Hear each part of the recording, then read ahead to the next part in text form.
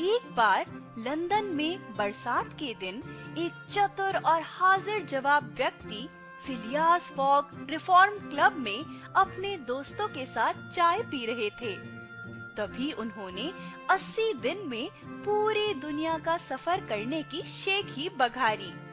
उनके एक काफी धनवान मित्र ने इस पे संदेह व्यक्त करते हुए शर्त लगाई कि अगर फॉग सच में 80 दिन में पूरी दुनिया की सैर करके आते हैं तो वो फॉग को 10,000 पाउंड्स देंगे। मैं शर्त के साथ कह सकता हूँ कि मैं 80 दिन में दुनिया घूम सकता हूँ। ये असंभव है, ऐसा हो ही नहीं सकता। अगर तुम सच में ऐसा कर सकोगे तो मैं तुम्हें 10,000 पाउंड्स दूंगा। बिना समय व्यर्थ किए अगले ही दिन फॉग ने अपने सहयोगी और बेस्ट फ्रेंड पासपार्टू के साथ यात्रा आरंभ कर दी। पासपार्टू फॉग का वफादार था, लेकिन साथ ही में काफी बेवकूफ और लापरवाह था। अपने गर्म हवा के बड़े गुब्बारे में बैठकर वो दोनों दोस्त अपनी पहली मंजिल पेरिस की तरफ चल दिए। हम चले पेरिस। पेरिस पहुंचकर उन्हें सुंदर एफिल टावर के दर्शन हुए। फॉग उसे अच्छे से देखना चाहते थे, इसलिए वो अपने गर्म हवा वाले गुब्बारे को उसके पास ले गए। अचानक से उनका गुब्बारा टावर में अटक गया। वो मदद के लिए पुकारने लगे और बचाव दल आ गया। एक बहुत ही बड़ी सीढ़ी की मदद से फॉग और पासपार्टू को बचाया गया। हे भगवान, हम टावर में फंस गए हैं। हेल्प हेल्प हेल्प हेल्प, कोई हमारी मदद करो। टावर से बचकर निकलने में उन्हें उम्मीद से ज्यादा समय लग गया। इससे फॉग और पासपार्टू आधे दिन पीछे हो गए। उन्होंने बचाव दल को बहुत धन्यवाद दिया और एक विशाल समुद्री जहाज में अपनी अगली मंजिल इजिप्ट की तरफ निकल पड़े। पेरिस कितना प्यारा शहर है। क्या हम सच में शॉपिंग नहीं कर सकते?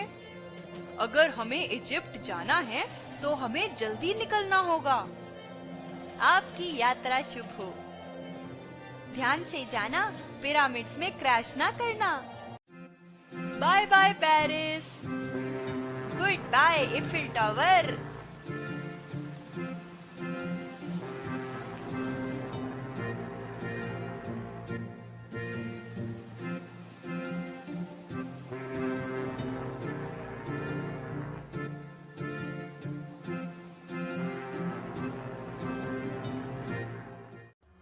जहाज इजिप्ट पहुंचा और वो लोग शहर में घूमते हुए प्रसिद्ध स्फिंक्स की मूर्ति और गीजा के पिरामिड पहुंचे।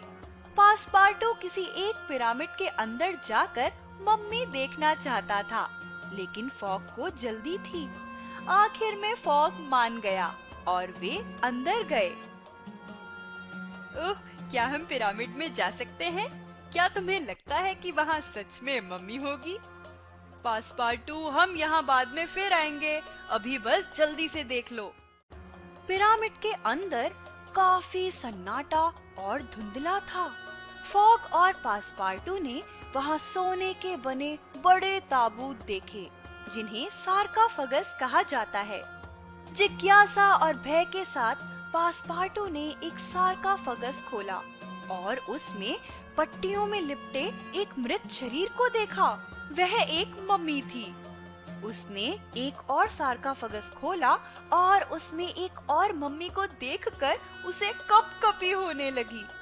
फॉग ने इस तरह भीगी बिल्ली की तरह बनने पर पासपार्टू का मजाक बनाया और तीसरा सार्काफगस खुद खोला।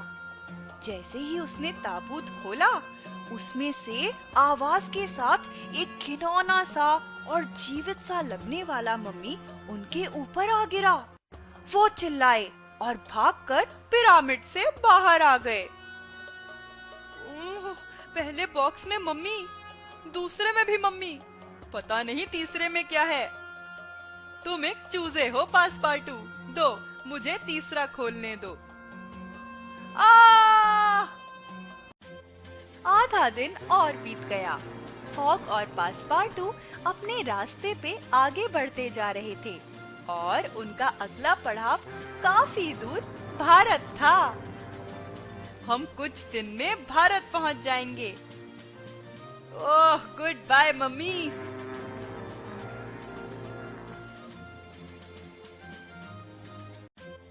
वे मुंबई पहुंचे और वहां प्रसिद्ध गेटवे ऑफ इंडिया देखा। वहां की सड़कें लोगों और कारों से भरी पड़ी थी। वहां पे तो इतनी ज्यादा भीड़ थी कि वे मुश्किल से ही चल पा रहे थे। कितना शानदार दरवाजा है! यह प्रसिद्ध गेटवे ऑफ इंडिया है। फॉग ने भारत के प्रसिद्ध शहरों दिल्ली, आगरा, कोलकाता के बारे में काफी कुछ पढ़ा था और वहां जाने के लिए उत्सुक था।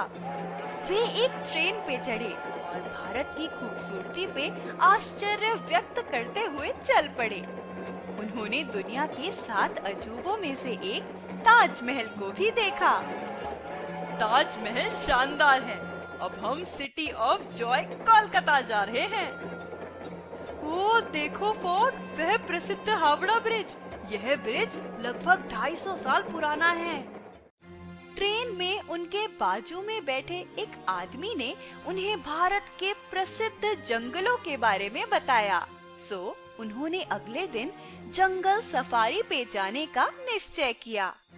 जब वो जंगल के दृश्यों का आनंद ले रहे थे, उसी समय पास से एक सुंदर लड़की भागती हुई गई। कुछ डाकू उसका पीछा कर रहे थे। फॉग और पासपार्टू ने उनसे लड़कर लड़की को बचाया। निकल जाओ यहाँ से बदमाश!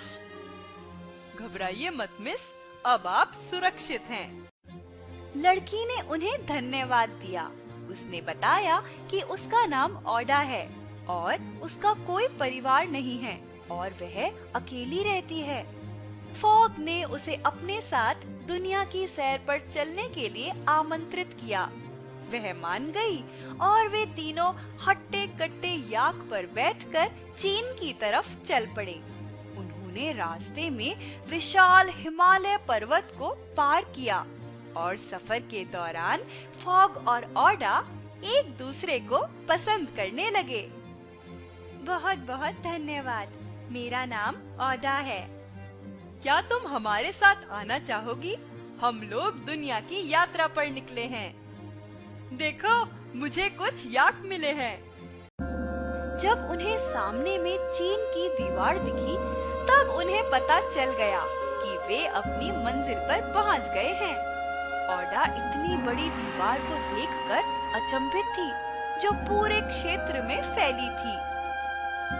यह चीन की महान दीवार है। निश्चय ही यह घुसपैठियों को रोकने में कारगर रही होगी। मुझे तो अपनी आंखों पर यकीन ही नहीं हो रहा। मैंने इससे पहले इतनी बड़ी दीवार नहीं देखी। वो दीवार के किनारे चलने लगे और आगे उन्हें त्योहार मनाते लोग दिखे।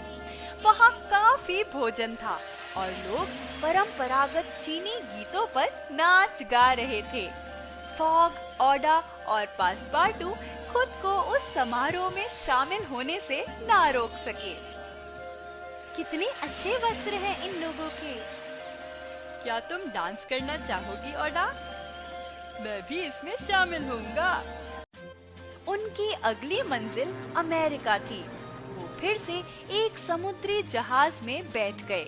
नीला सागर, चीनी नृतक और विशाल हिमालय, ये सब ओडा के लिए एक सपने जैसा था। मैं खुद को ये सोचने से रोक नहीं पा रही कि ये सब एक सपने जैसा है।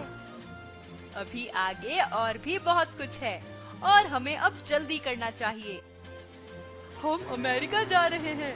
मैं हमेशा से ही अमेरिका जाना चाहता था। वे न्यूयॉर्क शहर के एलिस आइलैंड पर उतरे। जो पहली चीज उन्होंने देखी वह एक विशाल काय हरे रंग की स्टैचू ऑफ लिबर्टी थी। ओडा, यह स्टैचू ऑफ लिबर्टी है। उन्होंने इसे बनाया कैसे होगा? स्टैच्यू ऑफ लिबर्टी फ्रांस की तरफ से अमेरिका को उपहार में मिली थी। वे पूरे महाद्वीप में घूमने लगे और रास्ते में उन्हें राइट ब्रदर्स नाम से प्रसिद्ध दो भाई मिले। राइट ब्रदर्स एक बड़ी चिड़िया जैसी मशीन बना रहे थे जो उड़ सकती थी, और अगर वे सफल हो गए तो उससे लोग एकदम लंबी दूरी भी एकदम कम समय में तय कर सकेंगे। ये कौन है फॉग? ये राइट ब्रदर्स हैं। मेरे ख्याल से ये आविष्कारक हैं। यह दिलचस्प है। फॉग ने राइट ब्रदर्स को अपनी 80 दिनों में दुनिया घूमने की शर्त के बारे में बताया, और यह भी बताया कि उनके पास काफी कम समय बचा है। उन्हें अगले ही दिन इंग्लैंड पहुंचना था। राइट ब्रदर्स ने उन्हें अपनी उड़ने वाली मशीन उधार में देने का निश्चय किया। क्या उनका वह जहाज पूरे अटलांटिक महासागर को पार करके जा सकता था? उसके तीनों यात्रियों को इसका जवाब पता लगने वाला था। मैं उम्मीद करता हूँ कि हम क्रैश ना करें। अपनी टोपियों को पकड़े रहना। वे रिकॉर्ड समय में इंग्लैंड पहुँच गए और जल्दी ही रिफॉर्म क्लब पहुँचे, लेकिन वहाँ उन्होंने होटल को खाली पाया। फॉग दुखी हो गया। वहाँ शाम हो गई थी, जबकि उन्हें वहाँ दोपहर तक ही पहुँच जाना चाहिए था। फॉग शर्त हार गया था। होटल खाली है, कहाँ है सब? मुझे लगता है कि हम शर्त हार गए हैं। पासपार्टू, अब शाम हो गई है। हमें यहाँ दोपहर में पहुँचना था। पासपार्टू ने पास के टेबल पे पड़ा एक अखबार उठाया और खुशी से चीख पड़ा। उसने हंसते हुए फॉग और ऑडा को तारीख दिखाई। असल में वो अपने निर्धारित तारीख से एक दिन पहले ही पहुंच गए थे। फॉग शर्त जीत गया था। फॉग का अमीर दोस्त अगले दिन मिला और उसने हंसते हुए उसकी मेहनत से कमाए हुए 10,000 पाउंड्स दिए। फॉग, यह रहा तुम्हारा इनाम। तुमने 80 दिन में दुनिया घूम ली। असल में बुजुर्ग महाशय, इसमें 79 दिन लगे। फॉग ऑडा की तरफ मुड़ा और उससे पूछा कि क्या वह उससे शादी करना चाहेगी। ऑडा ने इसे स्वीकार कर लिया और उनकी धूमधाम से शादी हुई, जिसमें उनके नजदीकी मित्र शामिल हुए। इस बीच पासपार्टू उनकी अगली यात्रा की योजना बना रहा था। ऑडा, क्या तुम मुझसे शादी करोगी? हाँ, मैं जरूर करूंगी, परंतु तभी जब तुम मुझे हनीमून पर पूरी दुनिया घुमाने ले जाओगे।